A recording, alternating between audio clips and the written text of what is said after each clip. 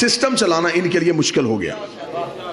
انہوں نے کہا یہ سارا سسٹم ہم کیسے چلائیں گے, ہم یہ تنخواہیں کہاں سے دیں گے, ہم یہ وظائف کہاں سے دیں گے, دوسرے ملکوں سے سفیر آتے ہیں, ان کی رہائش کے بندوبست کرنے ہوتے ہیں, دوسرے ملکوں میں تبلیغ اسلام کے لیے اپنے وفد بھیجنے پڑتے ہیں, یہ سارا سلسلہ کہاں سے چلے گا.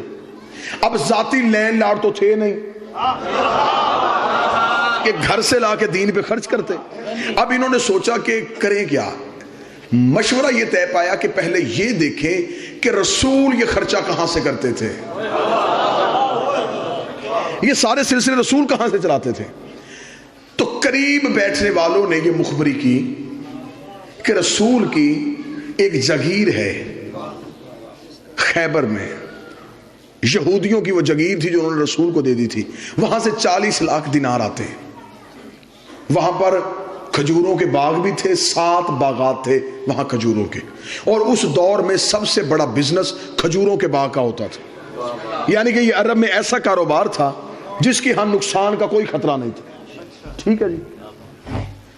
انہوں نے فوراً اپنے عامل, اپنے سپاہی وہاں پہ بھیجے. وہاں پر بھیج کے انہوں نے بی بی کے عاملوں کو وہاں سے اٹھا دیا اور اس جگیر پہ قبضہ کر لیا. جی خیبر میں, جو آج بھی وہ باغ کی, کیونکہ اب انہوں نے زیارت وہ بند کر دی ہے, اب وہاں جانے سعودی عرب کی گورنمنٹ نہیں دیتی. یہ مدینے سے آپ تھوڑا باہر نکلیں گے تو اس وقت 65 یا 70 کلومیٹر کے فاصلے پہ یہ جگیر ہے. اب جب بی بی کے عامل واپس آ گئے تو بی بی کے عاملوں نے واپس آ کے کہا کہ بی بی انہوں نے ہمیں وہاں سے اٹھا دیا, حکومت نے قبضہ کر لیا. اب یہ دیکھیں, اب میں پڑھنے لگا ہوں بی بی کا مقدمہ.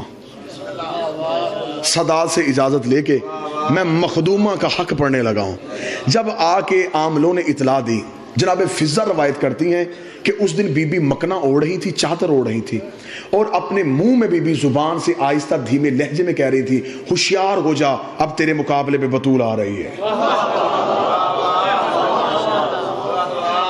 اور میں انتہائی ذمہ داری کے ساتھ ایک ایک لفظ ادا کر رہا ہوں. میں نے کہا 2 سال کی محنت ہے اس مضمون پہ, ایک ایک لفظ کی ذمہ داری ہے. جس دن بی بی دربار میں گئی ہیں حق لینے کے لیے, اس دن بی بی کے 2 دروازے تھے مسجد میں.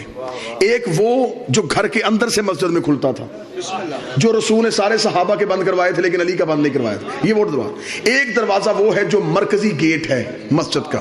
جس دن بی بی دربار میں آئی ہیں, اس دن بی بی حجرے والے دروازے سے نہیں آئیں, جبکہ ہمیشہ بی بی رسول کے دور میں بھی جب بھی مسجد میں آتی تھی تو حجرے والے دروازے سے آتی تھی. آج بی بی حجرے والے دروازے سے نہیں, آج مرکزی دروازے سے آئی. حجرے والے دروازے سے میری مخدومہ اس لیے نہیں آئی کہ اگر حجرے والے دروازے سے آتی, کل کو کوئی مسلمان یہ کہہ سکتا تھا کہ ہمیں تو پتہ ہی نہیں زہرا کب دربار میں آئی اور کب دربار سے چلی گئی.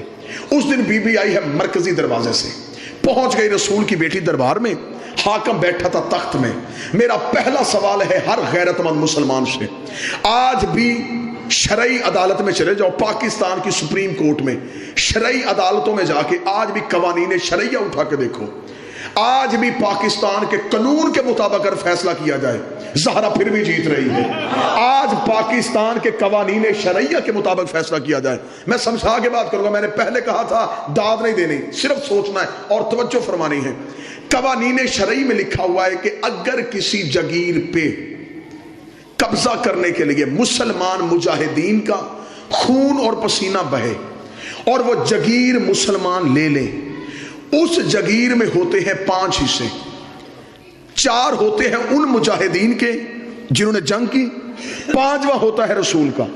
لیکن اگر کسی جگیر پہ قبضہ کرنے کے لیے نہ کسی کا خون بہاؤ نہ پسینہ, وہ صرف اسلام کو اسلام کے روب کی وجہ سے مل جائے, اسے کہتے ہیں مال فی. اس میں امت کا حق نہیں ہوتا, وہ صرف رسول کا حق ہوتا.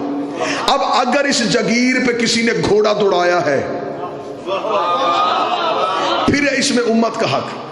دوسرا سوال, آج بھی پاکستان کی عدالتیں اس بات کی تائید فرمائیں گی, سب سے بڑا بدنما دھبا جو آج تک اسلام کے چہرے پہ ہے, جسے کوئی بھی مورخ نہیں مٹا سکا, کتنا بڑا ظلم ہوا تاریخ اسلام پہ.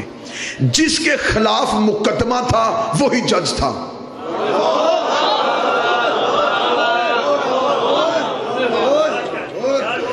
جو اس مقدمے میں فریق تھا وہی جج تھا. شریعت محمد کے مطابق حاکم وہ مقدمہ سننے کا اہل ہی نہیں تھا. شریعت کے مطابق یہ مقدمہ جانا تھا قاضی کے پاس. اس مقدمے کو قاضی نے سننا تھا. شریعت میں حاکم کے ساتھ ایک قاضی مقرر ہوتا ہے. اگر آپ سٹیٹ کے خلاف آئیں گے, اگر آپ حکومت کے خلاف آئیں گے, وہ مقدمہ حکومت نہیں. اسلام کہتا ہے کہ وہ مقدمہ قاضی سنے گا. قاضی کا چناؤ ہے. توجہ ہے میری بات کی جانب؟ اس لیے اسلام میں ہے قاضی کا چناؤ. اور آج بھی پاکستان کی عدالتوں میں یہ نظام موجود ہے. آپ نے پچھلے دنوں دیکھا افتخار چودھری کے بیٹے کو عدالت میں لایا گیا. اس نے بینچ چھوڑ دیا. اس نے کہا کیونکہ میرا بیٹا مجرم ہے لہذا میں یہ مقدمہ سنوں گا نہ, میں سن سکتا ہوں. تاریخ اسلام میں سب سے بڑا ظلم یہ ہوا. جس کے خلاف بھی مقدمہ لے کے آئی تھی وہی منصف تھا. یہ ہے تاریخ اسلام کا ایک بدنما دبا. آ گئی بی بی آگے